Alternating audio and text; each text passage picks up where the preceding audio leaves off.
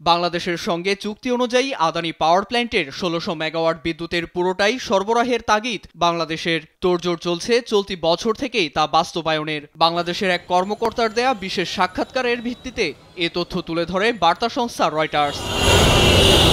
ক্ষমতাচ্যুত সাবেক প্রধানমন্ত্রী শেখ হাসিনার সঙ্গে ২০১৭ সালে ২৫ বছরের একটি চুক্তি স্বাক্ষর করেছিল ভারতীয় ধনকুবের গৌতম আদানি। চুক্তি অনুযায়ী ভারতের ঝাড়খণ্ডে অবস্থিত $2 বিলিয়ন মূল্যের বৈদ্যুতিক প্ল্যান্ট থেকে উৎপাদনের পুরো বিদ্যুৎই সরবরাহের কথা ছিল। অর্থাৎ ৮০০ মেগাওয়াট ক্ষমতা সম্পন্ন দুটি প্ল্যান্ট থেকে ১৬০০ মেগাওয়াট বিদ্যুৎ বাংলাদেশে আসার কথা। তবে অর্থ বকেয়ার অজুহাত দেখিয়ে গেল বছরের ৩১ অক্টোবর থেকে সরবরাহ অর্ধেকে নামিয়ে আনে আদানি। এমনকি ইউনিট বন্ধ রেখে সক্ষমতার ৪২% বিদ্যুৎ উৎপাদন করে বাংলাদেশে সরবরাহ করছিল প্ল্যান্টটি।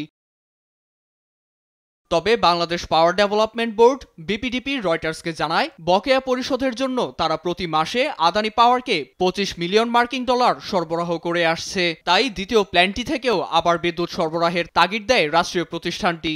এতে সাড়া দিয়ে এ সপ্তাহের সোমবার থেকেই বিদ্যুৎ সরবরাহের কথা থাকলেও উচ্চ কম্পনের জন্য তা সম্ভব হয়নি বলে নিশ্চিত করেন বিপিডিবির চেয়ারম্যান মোহাম্মদ রেজাউল করিম। এদিকে গেল ডিসেম্বরে আদানি সূত্র জানায়, বিপিডিবির থেকে $৯০০ মিলিয়ন পাওনা আদানি পাওয়ারের। তবে সংখ্যাটি ৬৫০ মিলিয়ন বলে দাবি রেজাউল করিমের। রয়টার্সের এক প্রতিবেদনে বলা হয়, অসম চুক্তি অনুযায়ী বাংলাদেশ অন্তত ৫৫% বেশি অর্থে আদানির কাছ থেকে বিদ্যুৎ ক্রয় করছে। নীরব দাস, নিউজ ডেস্ক, দেশ টিভি।